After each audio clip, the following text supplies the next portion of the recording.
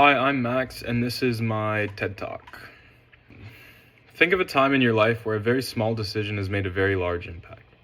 Take, for example, skipping school, missing a workout, cheating in class, or telling a lie. In the moment, all these actions feel very harmless and small. For most of us, we say to ourselves, it doesn't really matter, but that couldn't be farther from the truth. All of these actions linger. You may think about them as the day progresses. You start doubting if you were in the right. Maybe you think about it when you're trying to fall asleep or when things get quiet. And suddenly these decisions don't feel very small.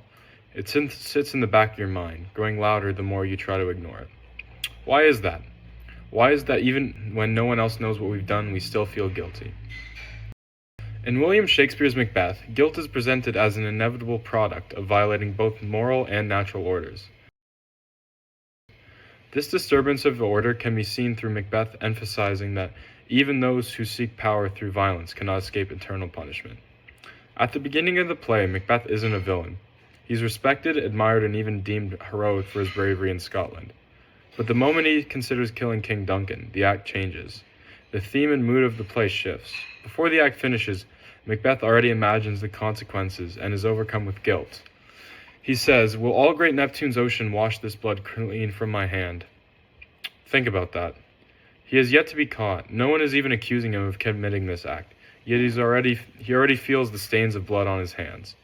Not by the fear of punishment, but by the weight of his own guilt. And that's not the end of it. After the murder, Macbeth becomes king. He gets exactly what he wanted and dreamed of: power, status, and control. But instead of feeling satisfied, he becomes restless, paranoid, and afraid. This is due to the overwhelming guilt caused by the murder of King Duncan. Despite accomplishing his dreams, Macbeth still feels the weight of the guilt. This is because guilt simply doesn't disappear when you achieve what you want. It stays with you, and it is at its strongest when you realize that what your goals have cost you, because by violating order, Shakespeare is able to demonstrate the inevitability of guilt.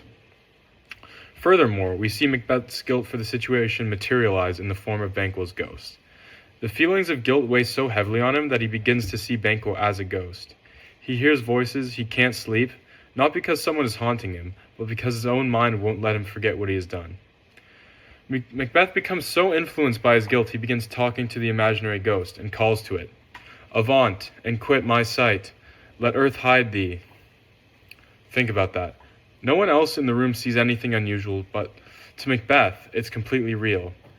He's not reacting to a person, he's reacting to his own guilt. It has taken a physical form in his mind, confronting him in a way that he can't ignore or escape from.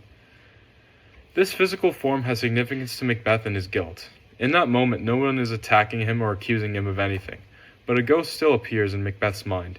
This is because guilt isn't something you can cover up or hide with more action. It doesn't disappear when you get what you wanted. Even with the highest level of power in Scotland as king, Macbeth is still overcome with guilt and is overcome with his own thoughts. Looking back at Macbeth over the play, what we were really seeing is a warning, not of ambition or power, but of the consequences of ignoring your own morality and sense of wrong. Because once you cross that line, there's no going back to who you were before. You can try and justify it, you can try to distract yourself, you can even try to bury it, but eventually it comes back. Maybe not as imaginary ghosts and blood, but as something just as difficult to ignore. So next time you're faced with a decision, don't ask what I can gain, but rather, will this affect me later?